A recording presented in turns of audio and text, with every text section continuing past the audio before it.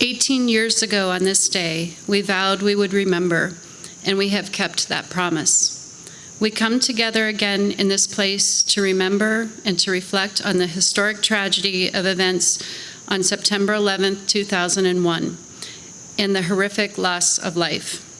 We come here with our own individual thoughts and fears, but we are not alone in our grief and pain.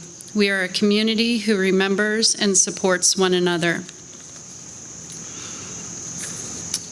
I'd like to share with you my memories of that day. And I think most of us remember where we were or what we were doing on that tragic day. I was cuddled on the couch with my 2.5-year-old daughter, Claire, watching the morning news, which is where we were most days at that time.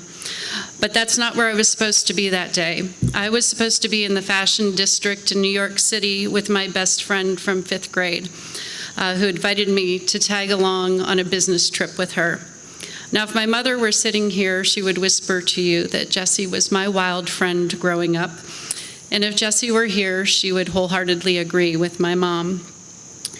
She was still single in 2001, and I was not. I also happened to be 6 months pregnant with my second child. In a moment of clarity in my pregnancy haze, I admitted that I would not be able to keep up with Jessie and New York City, and I told her the weekend before that I was bailing on our trip. What I remember most about that day were the hours of hearing "all circuits are busy" before I got through to Jessie and found out that her trip was rescheduled. And she was safe in Ohio and no longer mad at me. I remember my mom calling to tell me that my cousin who worked in the Pentagon was safe. I remember the news saying there was a plane that could be heading toward Pittsburgh, and I remember not being able to reach my husband, who was in a meeting that morning in one of the skyscrapers in downtown Pittsburgh. I remember the fear and the gratitude I felt for the passengers and crew of Flight 93, who sacrificed themselves to save the lives of so many others. I remember the relief I felt when my husband walked through the door, and the sadness I felt for all the people whose loved ones would not walk through their door again. I remember my daughter using the words horrible and devastating for the first time, and I remember wondering how to explain to her what was happening.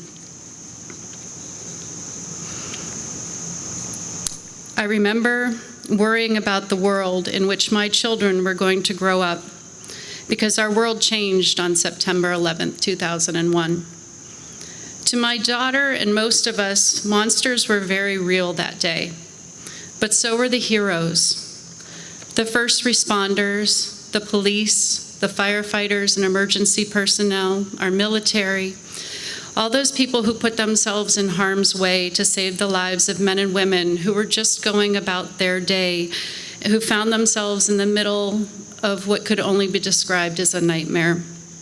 To the people who got out and could have walked away, but instead ran back in to help. All those heroes who helped in the days and weeks and months to follow 9/11, people who searched for, fed, supported and protected others, and those who helped clean up and rebuild. They were the bright lights that make the shadows where monsters like to hide disappear. Today, I remember that clear blue sky.